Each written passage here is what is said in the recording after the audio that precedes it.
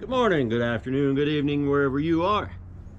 Today we're going to talk about the Shepaug, Litchfield, and Northern Railroad. It was chartered in 1868 as the Shepaug Valley Railroad. It started running in 1872.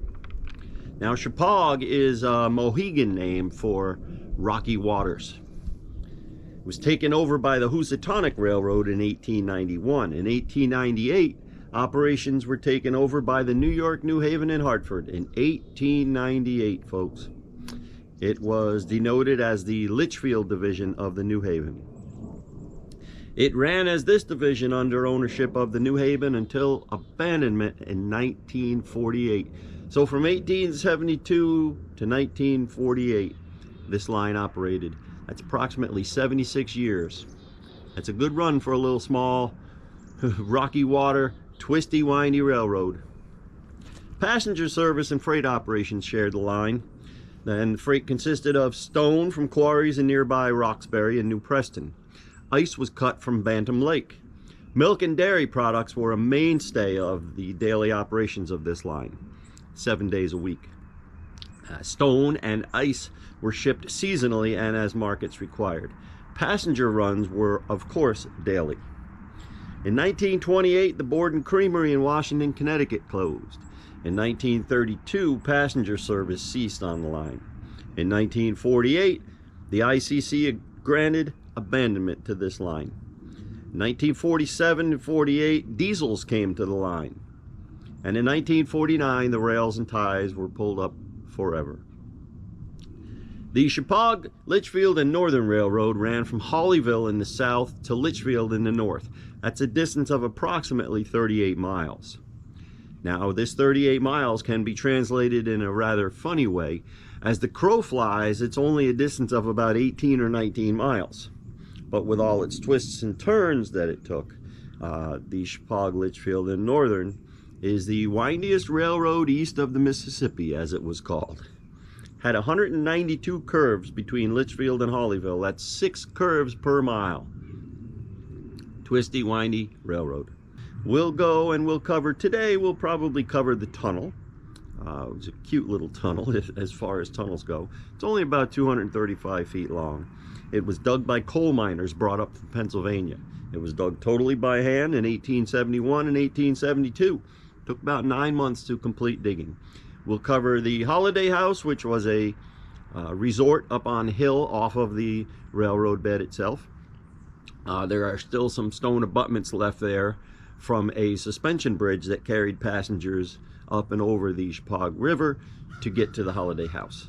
And we'll head on up into Bantam and then end up in Litchfield, and we'll see what we can find.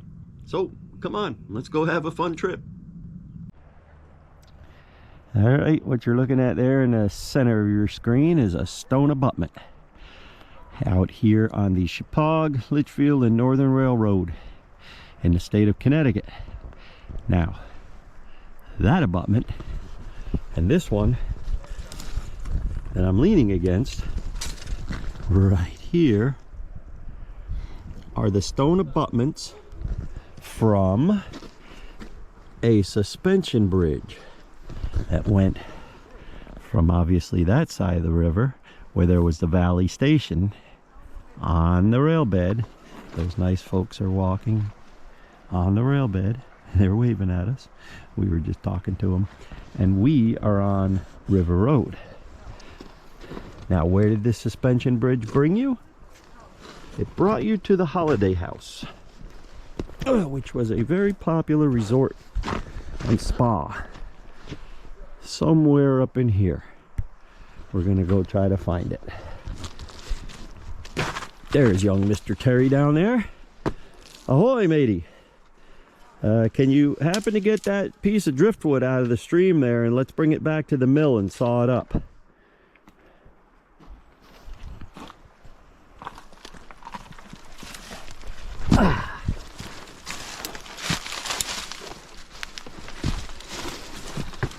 Here we are.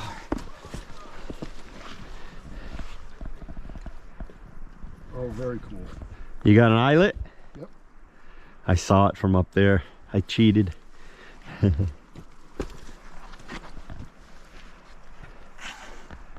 Oh, we get them all over the place. Oh yeah, you got another one? Right here. I wonder if I can do this one-handed. Okay.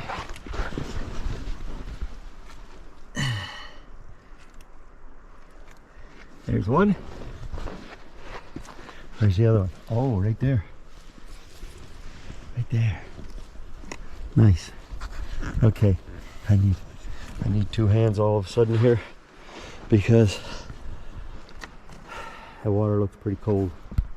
Looks nice and clean. Clean and green. Okay. Suspension bridge right here. Holiday House. Alright, so when we left the actual footing abutment there, came over here, found these two. 1, 2. And this one still has the massive inch or inch and a quarter big iron bolt is coming out of it. And Terry actually found where the notch would have been for this one would have come out from right here. And that's where the 2 anchor points would have been, right there. Cool. So it looks like that's the trail we want to go, right over there and find the Holiday House. Okay, we came up a pretty good moderate climb up from the suspension bridge, and we came up this way and we just kept going, and we found a concrete sidewalk. Let's follow it and see where it goes.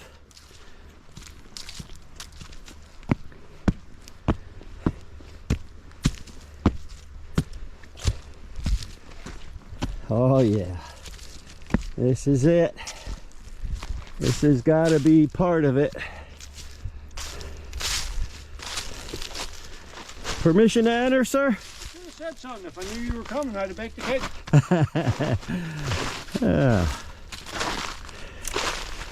Okay, so this is Holiday basement. Holiday basement, Holiday House.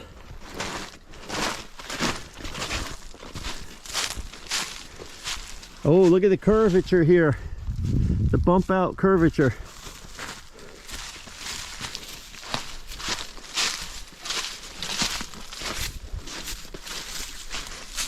Nice. Oh, it goes way back. Yeah, this clearly is 100% verifiable foundations of the infamous Holiday House here in Washington, Connecticut, on the Shepaug, Litchfield, and Northern.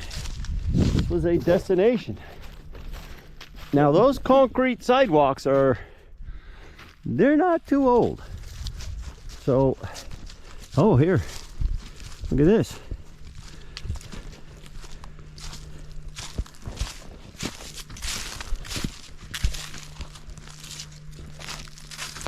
Yeah, quite an intricate building.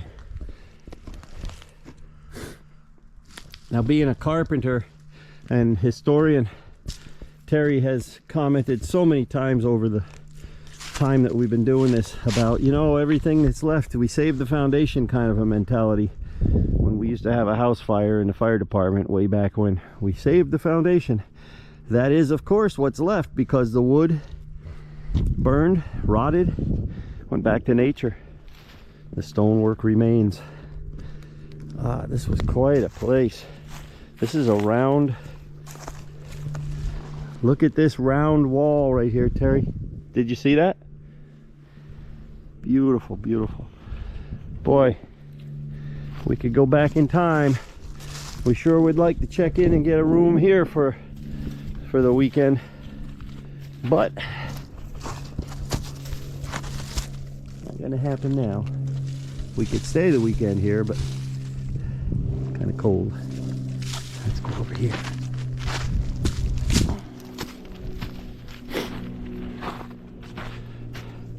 All rounded here. They curved it and fit it right into the naturalistic shape of the hillside. This was retaining wall. This was building. So this right here could have been a small carriage path. I bet this was the carriage path right here, Terry. This is the carriage path I'm walking on here, I bet. Yeah.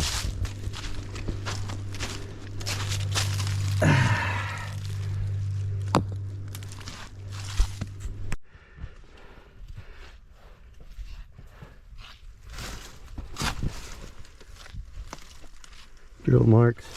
And you notice over here in Connecticut, the more up into the northeast and New England we get, the more granite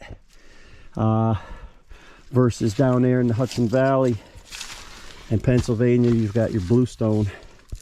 So granite's got that silvery tone to it.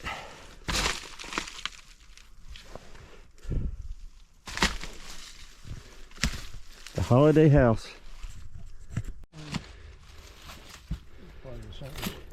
Alright, so Terry did find a letter brick. Clearly an S. Could be an I, and it could be an F or an E. Let's see. We've got mortar on that one. That looks like a S or a 5. We'll turn you back on when we find one.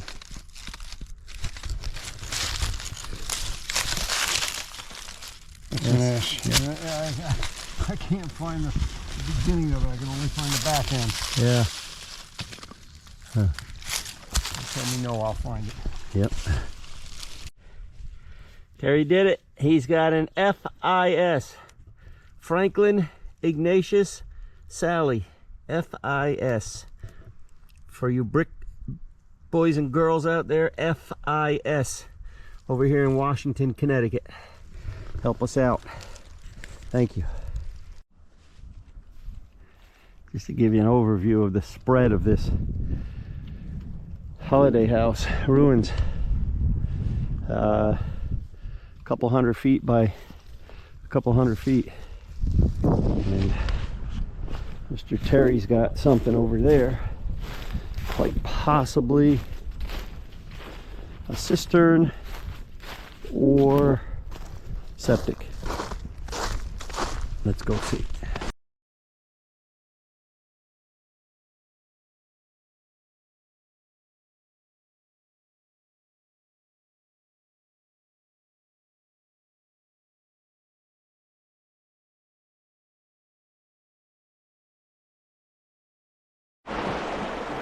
Holiday House ruins way up on top of that hill. We saw something. We came down a pretty steep grade, and this is what we found. It's kind of got highway bridge. By highway bridge we mean, of course, road, vehicular traffic written all over it versus rail. But we were so close we had to come check it out. Washout. Definitely a road. Definitely a road. A road to where?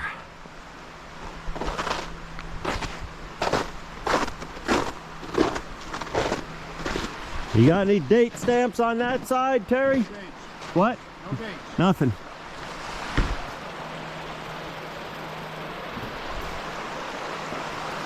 This thing was, this was pretty fat. Yeah. Cheek wall's got gaskets in it. So it's a pretty early version of a modern. It's got a paint stencil on it. It does. Yeah, it's a C5163. Well, and it's got a number that's look upable. Is that the word? The 50s or 60s. Yeah. Yeah, but this road has not seen vehicular traffic since they were still making Willie's Overland Jeep pickup trucks.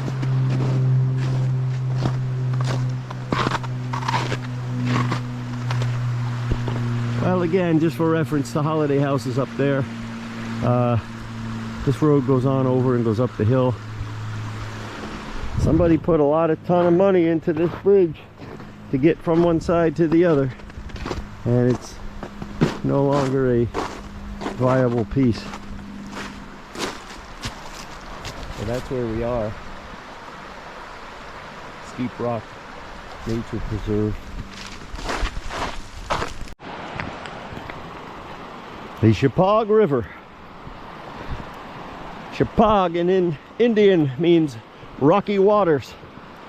Boy, they were right. We're on our way to the tunnel. This way. Yonder ho. Let's go. All right.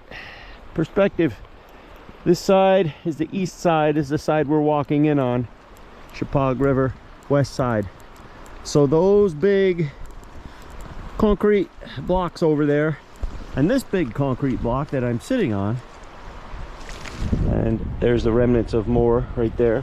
This was the ford. This is where the rail bed crossed the Shepaug River, right here. And we'll show you why we came up with that conclusion in a second. This would have been a bridge, and it would have come right up here, and it goes right on out that way, right there. This is it. We are now, the rail bed is now on our side that we're walking on. That's the rail bed right there. Okay, access road, Shepaug, Litchfield, and Northern Road bed, right there. Tunnels up ahead. We're getting there. Oh boy. Is that a bridge encased in a bridge? Or is that... Oh, it is. Look at that.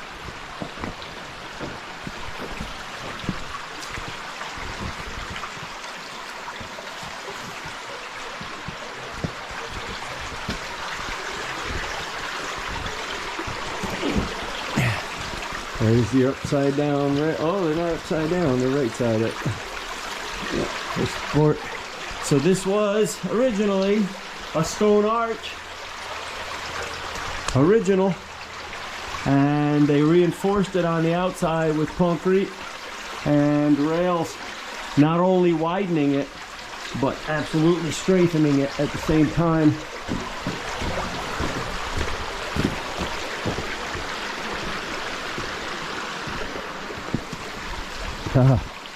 Yeah, this side's a little more worse for the wear, but you can see some rails there. Think we can get a date off of them, Terry? Terry's doing his darndest to get a date, to get a name. We've got some semblance of letters coming out, but so deeply encrusted in rust.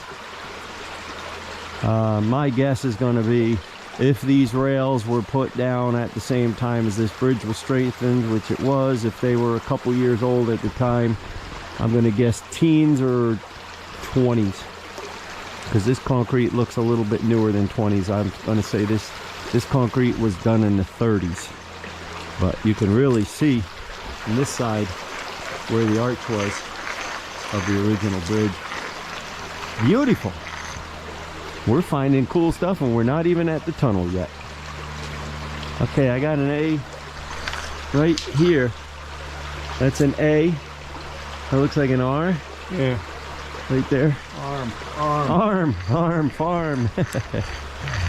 Yeah, don't worry about it, Terry. We'll never get it. We're not going to get it, nah. because this is the only spot that... Let me go back to Sam and get the wire brush. I'll be right back.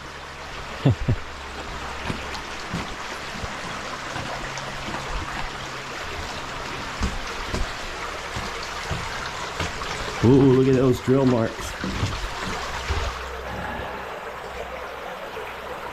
Drill marks. They had a section which had collapsed. Yeah, right there. Right there. Wherever you head, too. Yeah. Okay, now we're 100% on railroad bed. Terry's taking a side trek. He's anticipating a culvert. It probably would be stone. Stone? Concrete, square, box culvert. Oh yeah, there's the top. Stone, but it's been Yeah, there's the top of it right there. Right there. So probably teens, 20s. original. Oh, it is original. Yeah. Cool. I do believe we're almost there. As my left leg cramps up on me from walking on that ice. That's got to be it. Terry, when you walk, sounds like a dog barking. Walk. Oh, that's inside. Yeah, it's just on my boot. It said woof, woof, woof. So this tunnel is about 235 feet long. It's curved. It was dug solely by coal miners from Pennsylvania. Brought up here just for this purpose. It was dug in 1871 to 1872. Took 9 months to complete digging by hand. A train or two a day. Yeah. Here we are. Sometimes the abutments, the sides of these tunnels are just as and sometimes more impressive than the tunnels themselves. This is a beautiful, peaceful spot. Shepaug, Litchfield, and Northern. That's north. Let's go. Looking up. Wow. Okay, so Terry, right in the middle is a button. Push that button twice. Here, I'll show you. Oh, your hand is covering it. This one? Oh, damn, I'm on the wrong side. That's beam, and then that's Got it. right there. Ah, here we go. Doesn't really do much. Well, yeah, we probably don't even need it. But Oh, that's what I thought was. No, that's an ice block. yeah, I was thinking that that was a, you know, a column, Right. a man-made column. Wow, pretty awesome, huh, Terry?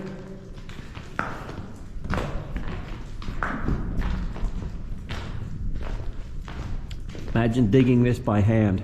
So you're back home, it's your day off, it's a Sunday morning, you get up, you have your coffee, and you tell your wife, honey, I'll be out in the yard.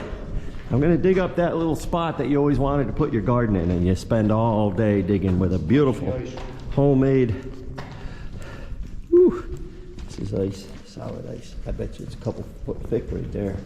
We made it. And it takes you all day to dig a little spot for your wife's garden. And you cuss and you curse and you swear and you go in and drink a six-pack. Well, these poor guys, not only did they get uprooted from their homes in Pennsylvania, but they came here and dug this by hand. Look at that. How long? 235 feet. No, how long did it take? Oh, 9 months. Yep, it took them 9 months by hand. And this tunnel, I have not read or heard any stories of, you know, oh, it's haunted. There were cave-ins, there were 12 deaths, it's haunted. Haven't heard anything like that, so it's pretty straightforward. It's a boring tunnel as far as that goes. But Well, unstable cliffs. here we are on the outside on this side. Look at that. I just love the drill marks. Place for us. Unstable people. Yeah. Unstable cliffs. Ah, hey, Cliff, if you're watching this video, look what they're saying about you, buddy.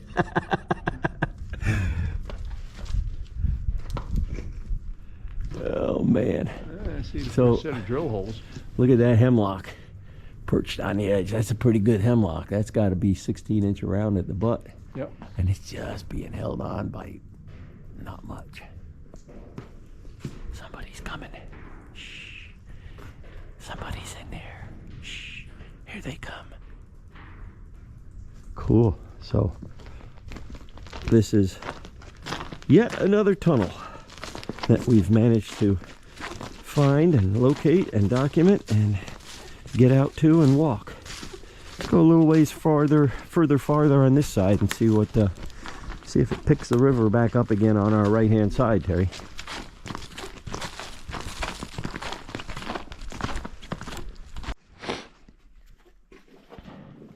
So what I'm thinking about here is the height of the walls of that tunnel, of the ceiling. By the time you put down some ties and rails on top of that, and trucks on top of that, and a car body on top of that, it must have been tight. I read somewhere where 47, 48, the actual diesels had come to this line. And of course in 49, the rails and ties were pulled up. So for a very short period of time, and I'm guessing here, could that have been one trip, a dozen trips, half a year? Nobody knows. I don't know, put it that way. If a diesel ever actually plied through this tunnel, my guess is going to be, unless it was a real small little RS1, my guess would be no. I just don't see the height that it would take. So I'm guessing factored that in when they were buying stock. Yeah, but in 47 and 48 they finally upgraded to a couple of diesels, and I think they might have been RS1s, but I'm not sure. I'd have to go back and look, but I just don't see a diesel going through that tunnel. It's too sharp of a turn and it's too low. Well, on our trek back from the tunnel to civilization, Terry noticed and pointed out and said, ooh, document it. There's 2 railroad ties right here. And the last time human hands, if we had to guess, touched those 2 railroad ties was sometime in the late 1940s when this line was pulled up. All right, we're here in Washington Depot, and we're looking at that beautiful stonework over there with the drill marks, and this little canal sluiceway here came down through. Right here was a bridge, a trestle, and this sign here confirms it. That sign.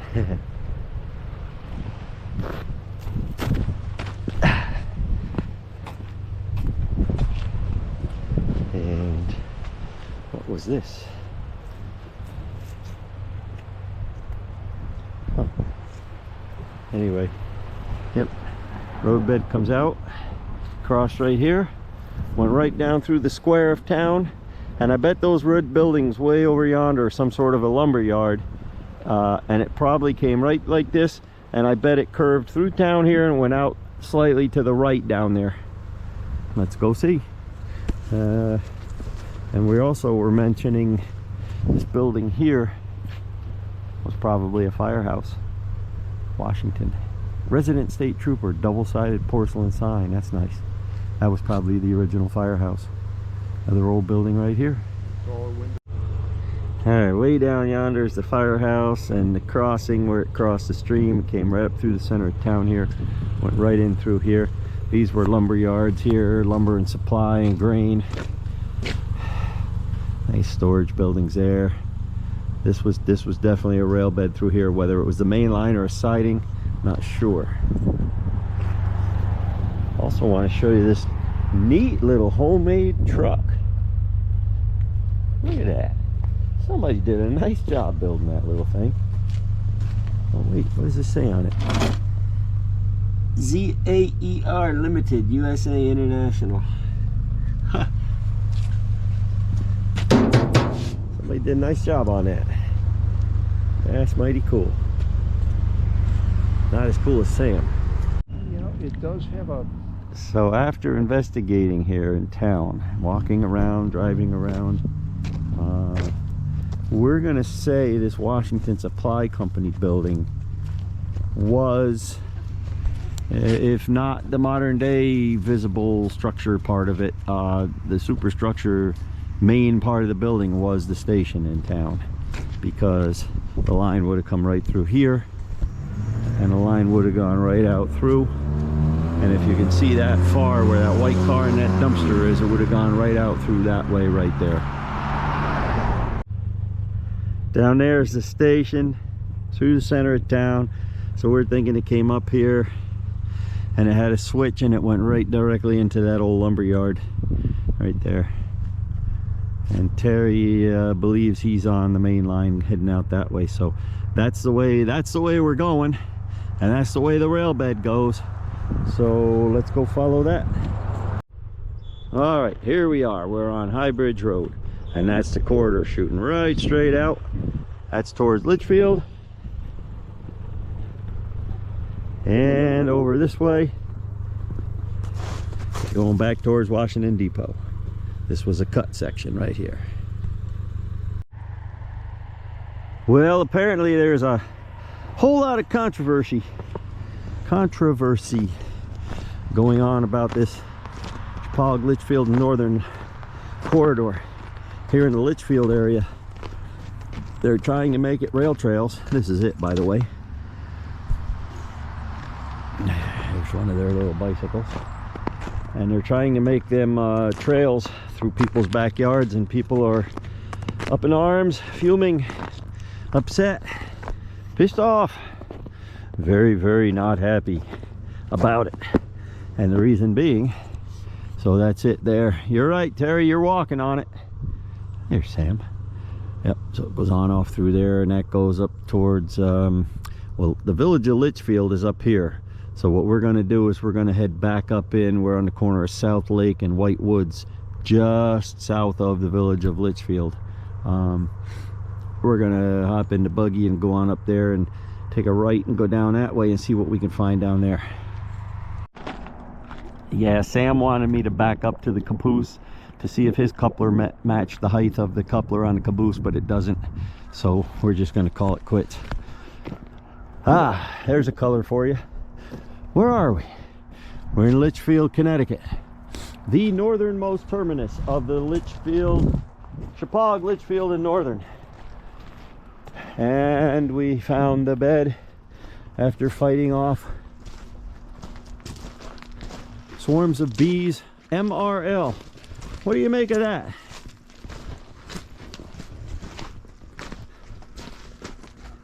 That could be the guy that painted it this hideous green. Michael Ralph Lincoln.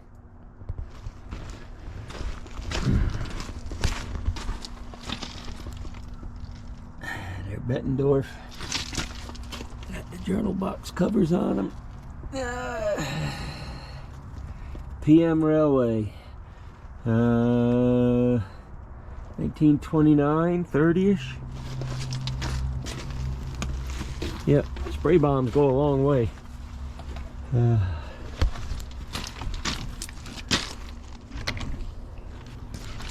Wonder what they're going to do with this gem. Probably going to be a nice little static display. Sitting here on his 30-foot length of track.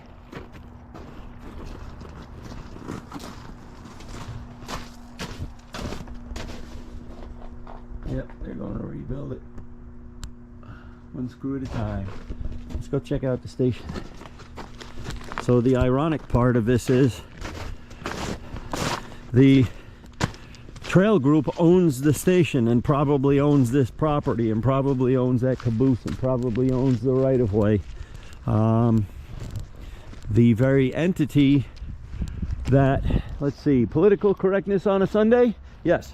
The very entity that is in attempting to, I won't say wipe out history, but erase it in most aspects, and have folks walking through other folks' backyards and bedroom windows on trails, when now they just have a peaceful former corridor through their backyard.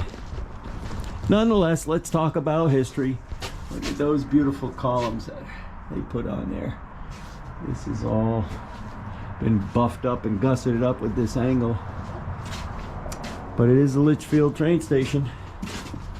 Owned by them right there. They've done a nice job though, Terry, restoring it. I would say it's very nice, and it still exists, and that's what counts. So we'll leave it go at that. It's all sheetrocked and yuppie-ized inside, so we won't worry about the inside. But the fact that we are here in Litchfield on the corridor, this is the end right here, kind of like when you get to Provincetown, Massachusetts, at the end of Cape Cod, and there's a sign that says the end. This is the end of the Shepaug, Litchfield and Northern Railway right here. And so far it's got the markings of just passenger. I would assume down yonder would have been a freight house. There could have been coaling facilities here. We'll have to look up and see if we can find any pictures. But at any rate, Litchfield, Connecticut station still here.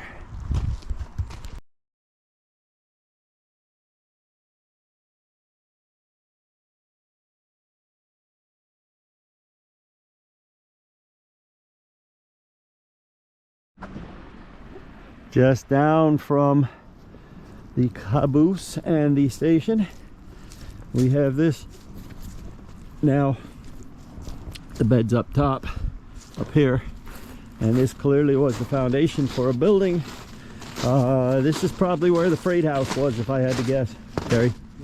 I would guess freight house situated right here, and yep, it's still here.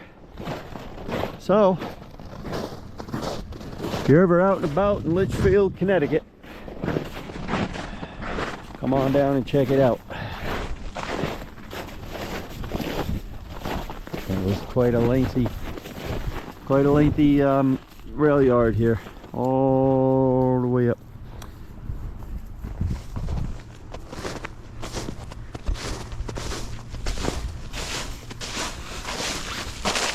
Could be a piece of it right there. Right here.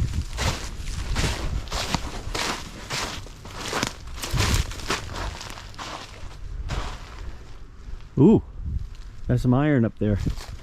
Let's make the trip. Came down a little bit farther down to the south end of the foundation works, and we've got some iron piping here. So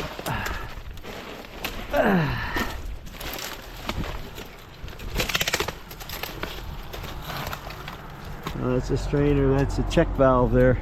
So I bet there was a water spout and a coaling station here.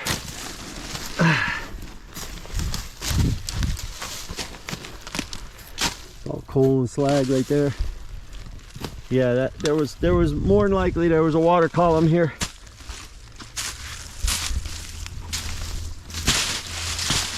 We'll have to edit this part out with me climbing up the hill, but here we are up top.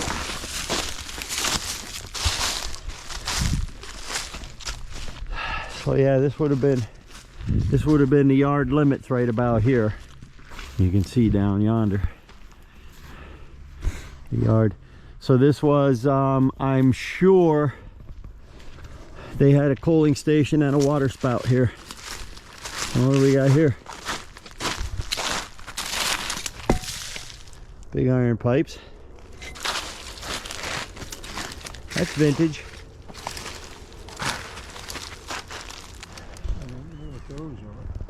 This is all the pushed up debris. What's this metal piece in here?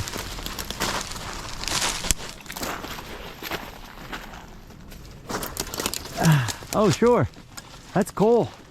That's a coal tumbler right there. Is it? Yeah. Yeah, let me get in there and get a better view of that.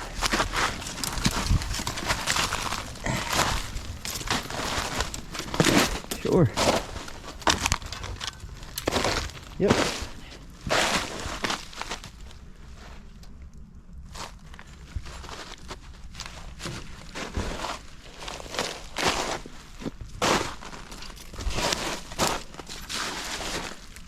So this would have been a much smaller version of the coal hopper conveyor up by Addleberry Hill. Yeah.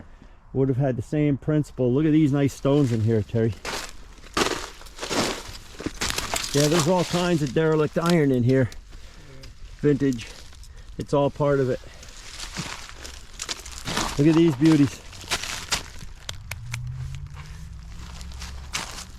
Yep. This was all just shoved up in here probably at some point in the 50s when this place just sat derelict enough to finally somebody said there's another one up in there laying out in the swamp up there, another tumbler part. Yep.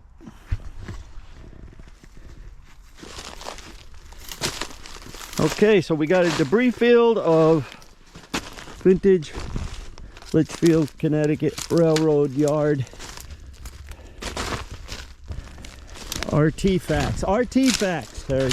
Artifacts.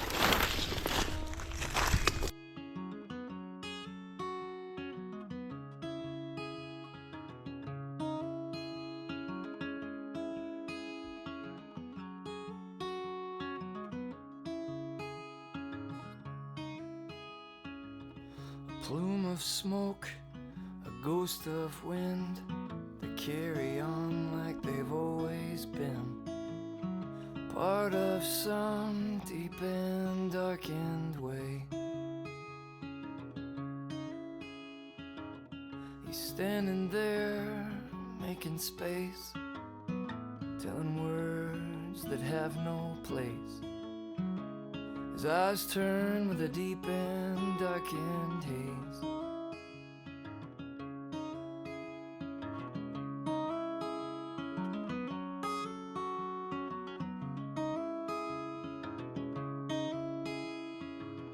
The porch light dims and his face grows thin. He's thinking about his next of kin, but he's talking of an ex-lover's sin. There's not to be, it's cross to bear. I try to leave without a stare, but he looks at me as if I was never there. But I know he's going soon.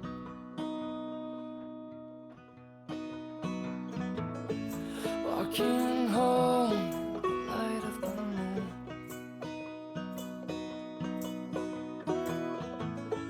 thinking of the ways of men.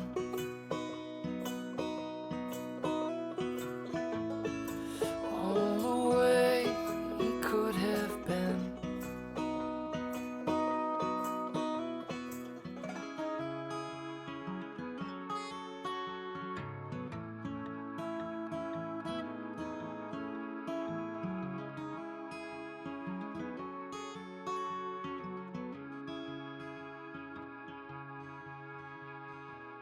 He's leaving now in the heart of the night, a cage match with no one to fight.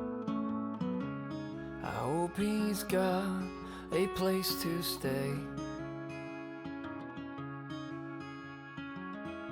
Walking down a dirty road, not too fast and not too slow. I try not to look down his way.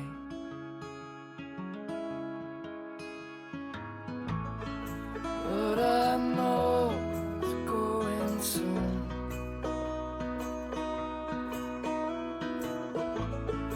Walking home, the light of the moon.